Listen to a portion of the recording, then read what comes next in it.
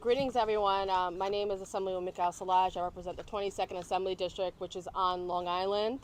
And I thank everyone here, all the stakeholders here, united together, ensuring that no child here on Long Island or throughout New York State is hungry. And I really want to thank Cynthia Nunez and Melissa Hernandez, who initially came to me, sat me down, and said that there was hidden hunger in our communities. And you would think that Long Island, an affluent community, a community of means, that every child would have access to nutrition, a good nutritious food, but that is not the case. There are families, middle-class families, low-income families who are struggling. And that's why we fought in this budget to include monies for universal school lunch.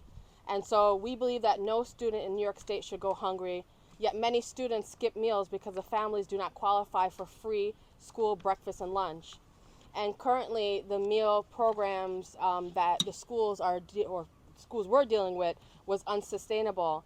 And so in the legislature, we successfully fought to expand free school meals to most school districts to our state. However, we need qualifying school districts to opt in to the Community Eligibility Provision, CEP for short, which makes all meals free regardless of income. And while we have to keep working to achieve universal free school lunch programs, this funding is a big step towards equality. And so, this is a first step, and I know that, we're going to get there soon, right, Jessica? Yes, we'll keep fighting. I'm here with my colleague. And, we're going to keep building on that. We're going to ensure that the options are culturally sensitive to include halal meals and also incorporate the needs of other communities. And so I thank all of the Valley Stream community, the Elmont community that came together to have these conversations, and all of my colleagues throughout the state who, pushed forth this initiative, and our leadership with the leadership of Speaker Hasty and Majority Leader Stuart Cousins and the governor, all came together and we worked to do this. So now let me introduce one of my great colleagues who really was at the forefront of this conversation, who was a champion. Literally, I would talk to her, and after every conversation, it would be like, what are we doing on, on free school meals? Yeah. And I thank her for her sweat equity, because now kids in my school district will have access to this nutritious program. So I thank you. So with that, I'd like to introduce Assembly Member Jessica Gonzalez Rojas. Thank you. Thank you, Assemblywoman Salages. It's so wonderful to be here in your district to celebrate this historic victory. My name is Assemblymember Jessica Gonzalez Rojas. I represent Queens, not too far from here, Jackson Heights, East Elmhurst, Corona, and Woodside. And I'm most proud to be here as a mom. I'm a mom whose child does benefit from universal school meals. He gets free breakfast and lunch in his school. But I saw across the state that many students were struggling. This is not just an issue around economics. This is also a public health issue. This is something that impacts families across the state. We cannot have children focus if they're hungry. You cannot teach a hungry child. Universal school meals, ideally where we want to get to, but free breakfast and lunch will ensure that our children are better focused, that they have better physical and mental health, and it will also help reduce stigma for many children. So this is such a huge victory. We were able to secure $135 million in the state budget this year, thanks to the steadfast leadership and championship of Assemblywoman Salages and the Black, Puerto Rican, Hispanic, and Asian caucus that she leads, alongside my Senate counterpart, Senator Michelle Hinchy, who fought on the Senate side. I also want to thank our Speaker, Carl Hasty, for his leadership in this fight, and the many advocates who are here. We had advocates come up to Albany over and over and over again. We had children come up to Albany. I want to thank the superintendent that's here. I want to thank the trustees that are here. I know that NYSET is here represented. Y'all were on the front lines of this fight because we understand what it means. Those of you that are on front lines understand what it means to deal with hungry children. And we heard from social workers that were saying, I always have a granola bar in my office or a banana, because they saw the impacts, right? children ended up in their offices because they were hungry. And a social worker told me, the first thing I ask a child who ends up in my office, have you eaten today? And now we will ensure that our children get to eat today. So this is a massive expansion. We will now feed up to 81% of students across New York State, and in Nassau County alone, up to 10,000 additional students who didn't previously qualify. But as the Assemblywoman mentioned, we need to ensure every school district is applying for the Community Eligibility Provision, CEP, to ensure that they can enroll in the program. So this is our call to action today. Please enroll in the Community Eligibility Provision so that all our children who are eligible, all the districts that are eligible, can ensure that every child has a free breakfast and free lunch in their school, a nutritious meal to get them through the day. So thank you all for your leadership. Thank you, Assemblywoman, for inviting me out here. I'm so honored to be here, and I'm really thrilled to celebrate this win while we continue to fight for full universal meals across New York State. Thank you. Thank you. Like I said, the Assembly member was a huge champion for this, and I thank her. I appreciate you. So we're going to move on to another great champion here on Long Island, the CEO of the Health and Welfare Council of Long Island, Rebecca Stanton.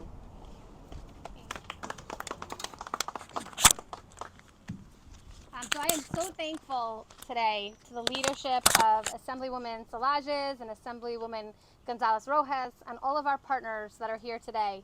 I'm Rebecca Stanton. I'm the President and CEO of the Health and Welfare Council of Long Island. And each and every day, I become aware of how difficult it is right now for Long Islanders and New Yorkers generally to meet their very most basic needs. I want to be clear that hunger is not just about food. It's not just about nutrition. It's also about trauma. Not knowing where your next meal is going to come from or when is a form of trauma, and it damages our babies, our children, and our future. So we have to celebrate, really, really celebrate this win today, as was just discussed. And we need to do more as we move into the next cycle. During the worst days of the pandemic, universal free meals were something that families could count on. There are many reasons why children suffer from hunger and not accessing the needed nutrition for their healthy development. Poverty is something we talk about a lot. That's certainly one of them. But economic stress is also one of those reasons. Family stress and overwhelm is also one of those reasons. Understanding the landscape of New York State, understanding the challenges families are facing today right here on Long Island, the truth is, as we go into the next budget cycle, anything short of full funding for universal meals will simply perpetuate inequities in a region where poverty exists in every single zip code.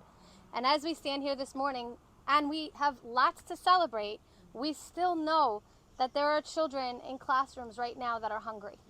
And that's a travesty and not one we have to choose when we enter the next budget cycle. When every child in New York can access meals at school, we will be actively reducing hunger. We will be actively reducing underachievement. We will be actively reducing poor health outcomes. We will be actively reducing behavioral challenges. And we will be actively reducing the possibility that any child's light can't shine. We will be actively advancing healthy, happier children. We will actively be advancing healthier families, which means healthier schools and healthier communities. We hear a lot of talk these days about the challenges that we have to confront as a society. A planet that is getting hotter, where no one is immune to rising temperatures. Violence in places that we expect to feel safe. Cyber attacks and AI requiring new thinking and new protocols to protect humankind. We need to be nurturing the next leaders on Long Island who will rise up and solve these challenges, the challenges that we face, so that we can secure a great future for our state. When you invest in providing children with adequate nutrition, the return on investment is always greater. The return on investment is both present in healthier children and future in well-equipped minds, ready to rise up and be the minds and leaders that we need to ensure New York's future is both sustainable and magnificent. Funding healthy meals for all children is how we nourish our youngest New Yorkers and how we nourish the bright future that all Long Islanders and all New Yorkers deserve. So I say today is a day of celebration.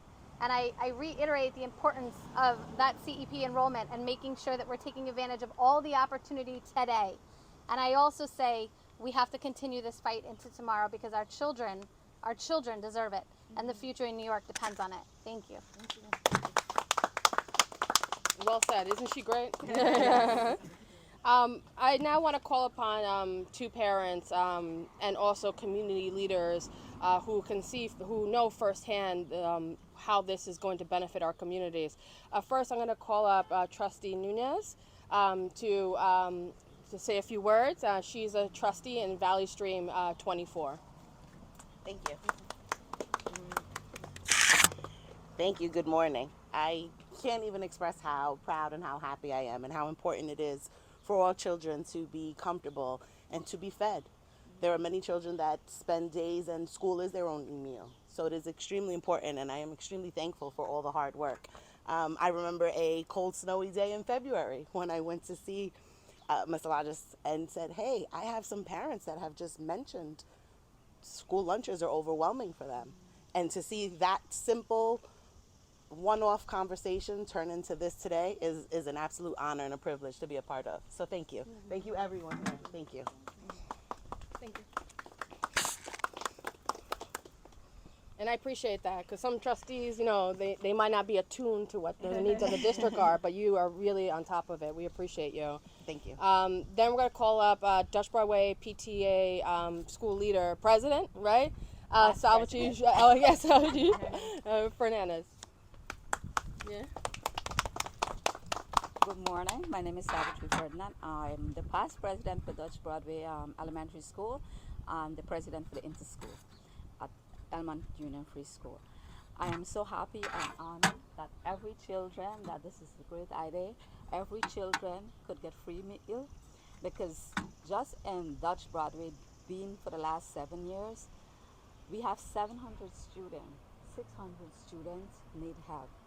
And with this help, I see less stress, more work into the school, and the nurses then, the kids don't have to come to the nurse and say, oh, I didn't have breakfast this morning. Then they have to come out to spend time to give these children a meal. The children could come early in the morning, get their breakfast before they start classroom. They know it's been paid for. I am very grateful to be a part of this. And Mr. Lange, thank you very much for inviting me, and looking forward to continue campaigning for it. Yeah, thank you. Thank you.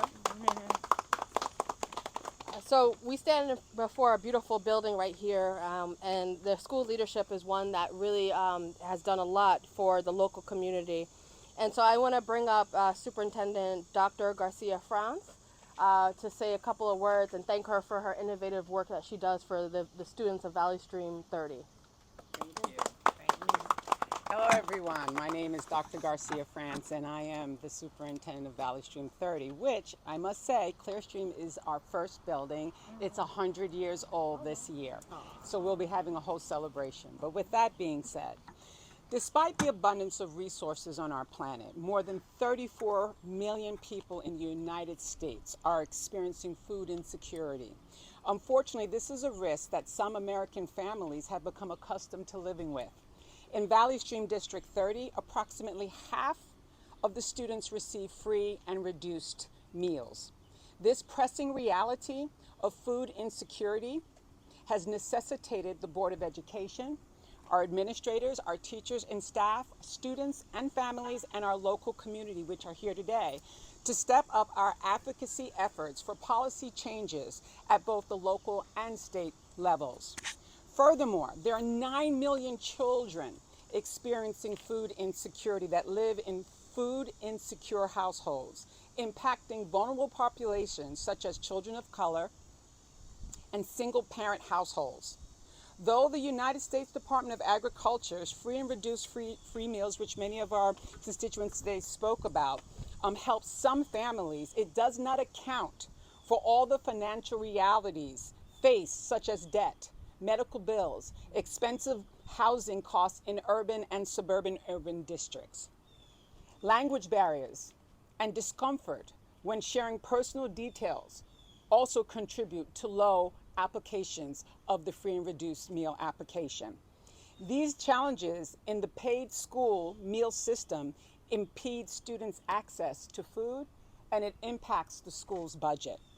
The New York legislators successfully as stated, secured $134 million in the governor's 2024 budget to expand the federal Community Eligibility Provision program, which allows schools with high poverty levels to offer breakfast and lunch for free. Studies show that school offerings from programs such as these have experienced positive outcomes: increased attendance, fewer suspensions, better test scores, healthier students, and reduced stigma of participating in these free meal programs. Furthermore, families with access to programs such as these saw their grocery expenses drop by 19%, and food insecurity went down by 5%. Unpaid school meal debt was also eliminated, allowing school districts to use those funds for other critical areas such as mental health. Although a win for some students experiencing food insecurity in New York is a good thing, legislators like Assemblywoman Szalages and the others who stand before us today stand firm in their mission to make sure all New York students have access to free school universal meals. Today, their efforts to heighten public awareness of the universal free school meals bring hope for a more equitable future. If passed, New York will join other states in providing universal free school meals, helping all children, regardless of their family's financial status, their geographic location, or the school district in which they attend, reach their highest potential of becoming our global leaders of tomorrow. So thank you. Thank you all for all of your work. PTA, board members, legislators, community organizations. Thank you. And NICER. Yeah. And with that, let's bring up Jim Day, who's going to talk on behalf of all the great teachers of our state. Yay.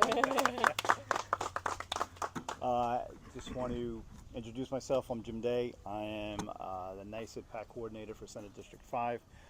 And also I can speak from experience because I am also a 4th grade elementary school teacher. I teach in Massapequa. I cannot emphasize enough what has been said here today as far as the children coming to classrooms and being attentive and being able to teach a student that is properly fed, that is well nourished, and don't have the stigma of worrying about where their next meal is coming from. I think I cannot express how important it is that the stigma is the most important part. With the universal food for everyone, there is no stigma for anyone within the schools that they are now participating in this program, and it alleviates that stigma, which helps these students tremendously. The students have enough on their plate as it is right now, no pun intended. But the universal meal program is something that would just, as they say, build our future and create leaders that will hopefully solve our problems that we're dealing with. But again, this is a program that truly needs to go forward. The 135 million is a tremendous step in the right direction, but the universal food program is something that we need to really have for all the students for breakfast and lunch at their schools. Thank you. Thank you so much. And now we're going to introduce the Executive Director of the Nassau-Suffolk School Board Association, Bob Vecchio. Yeah. Thank you. Good morning. I want to thank the Assembly members for taking that bold first step in expanding the CEP program, because it's vitally important, but it is a first step, and we need to finish our steps to universal school meals for all New York State students next year, because New York State is used to leading the way. Well, we need to join the pack with some other states that are leading the way with universal school meals, and hopefully we get it done next year. As a kid in the 70s, I was one of those kids that had a card for free or reduced lunch because my father was a construction worker, was out of work for 4 years, 6 kids. School meals was a big deal in our household, but I'll tell you what, if I forgot that card, I lost that card, you were embarrassed to say, hey, I'm on the program. So the stigma is real. It's been real for forever and a day. So take the stigma away, just give free meals to every student, regardless of zip code, regardless of income, regardless of household. It does make a difference. It makes learning better. I believe it's part of a sound basic education, which is the constitutional right of every student in New York State for universal meals. I was president of a Board of Education for William Floyd School District out on Suffolk County on the East End. 9,000 students, 65% of our students were free and reduced lunch. That number should have been 70 because we had a hard time getting applications filled out by those that were eligible. And I will tell you the stigma, not everybody participated in the meal deliveries when they were entitled to it. We are a CEP program out at William Floyd, and it made a world of difference. Participation, the number of meals delivered on a daily basis within our schools has gone up dramatically. It gives us greater options for the meal offerings as well because you're driving costs down with higher volume. One thing that hasn't been mentioned today is the regional cost difference of what it takes to live on Long Island. United Way puts out the Alice measure. While the eligibility is $51,000, a family of 4 really needs $84,000. So it's that gap that we need to address with universal school meals for all. And for the school districts that need to participate in the CEP program, it is a game changer, and they should sign up today and take advantage of that. Because I will tell you, as a board president for 15 years in that district, before we were a CEP school, Fridays were the worst days. Because the kids were getting anxious. Because they knew they weren't going to eat over the weekend. Maybe they wouldn't have heat in their homes. They came in Monday hungry. Some kids would have 2 or 3 breakfasts. My wife is a teacher aide in the kindergarten class. My grocery bill goes up exponentially every year because she's bringing extra food into the classroom for those kids. That shouldn't be. Not in this state, not in this country. If we value our kids, we can't be cheap with how we deliver food because it is expensive to be cheap. It creates all sorts of problems that manifest themselves down the line. We're in the middle of a mental health crisis now as it is. Take away the stigma, take away the issue of whether or not they're going to have a meal. Make Fridays happy days, make Mondays good learning days to start the week. Universal school meals for all needs to happen this year. There is no excuse, and failure is not an option to get that passed this year. Because again, it is expensive to be cheap with our children, and we will continue to pay for it for a long time down the road. Thank you. That sounds like a presidential speech there. Just trying to follow it back. And I'm gonna now introduce a representative from Island Harvest, Greg May, who's gonna talk about from the lens of Island Harvest. Thank you. Hi, good morning, everybody. My name is Greg May. I'm the Government Relations Liaison for Island Harvest Food Bank. I want to thank Assemblywoman Salages and Assemblywoman Gonzalez-Rojas. They are absolute champions in the fight against childhood hunger.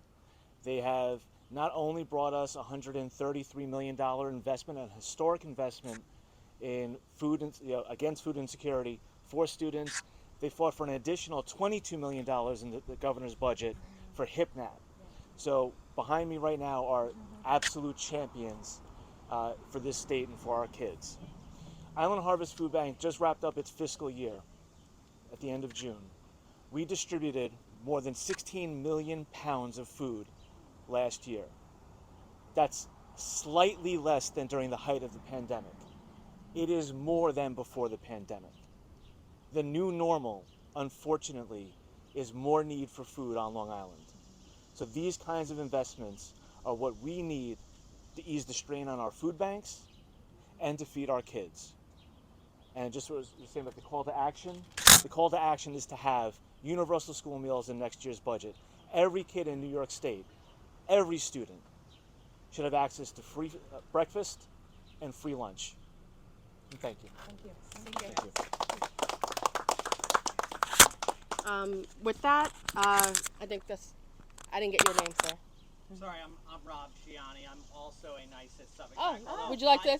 I came from all the way from Suffolk County. So Also, you have to come to the mic now. Yeah. Your name again? Is Rob Ciani. Rob Ciani. Yeah, thank you, Thank Rob. you. Sorry. Okay, well, first of all, I just want to thank you all for your continued support and all of, what I think has been a long road to a dream, which is to make sure that all children come to school fed and have their basic needs met. It's funny that a lot of times when we talk about children, I think we sometimes miss the fact that children don't have the agency that we as adults have. They are reliant a lot of times on their parents to provide for them. And when we have students whose parents are in a vulnerable situation as far as being able to provide that lunch or that breakfast, really these children are vulnerable when they show up. And as teachers, we're keenly aware of the fact that these children have needs that need to be met. And making sure that there's no stigma attached, making sure that these students have their basic needs met when they are sitting in a classroom, and that they have an equal playing field with all of their classmates regardless of their economic background. I think making sure that a student, particularly in New York State, which I think has always led the way in making sure that people have an equal playing field, and when we say an equal playing field, let's face facts, it's a dream that we're always striving towards. These students, making sure that they're really fed, making sure that when they sit for a math lesson, they're getting the same lesson everybody else is. They're not concentrating on the rumblings in their belly. They're concentrating on the algebra lesson that's in front of them, concentrating on that good book that nobody's going to be able to enjoy if you're uncomfortable the entire time you're reading it. To allow the educational process to transform that child into the adult that is going to become a New Yorker of the future, hopefully be doing, I guess, taking the next step forward, just like we're doing right now today. So I want to thank all of you, particularly, I want to thank all of you. Let's face facts. We're all part of this process, and you wouldn't be here today if students, their basic needs, and of course their families. So thank you very much, and I'm sorry I came a little bit late. Okay. Right on time. We appreciate those words. Thank you. So just to bring it all home, we're encouraging school districts to opt in to the Community Eligibility Provision, the CEP, which would make all meals free regardless of income. And it was said a majority of the school districts in New York will receive this benefit, but we have work to do. But this is a great first step, and we celebrate and we look forward to no child being hungry in New York State very soon. Yeah. Thank you. Thank you.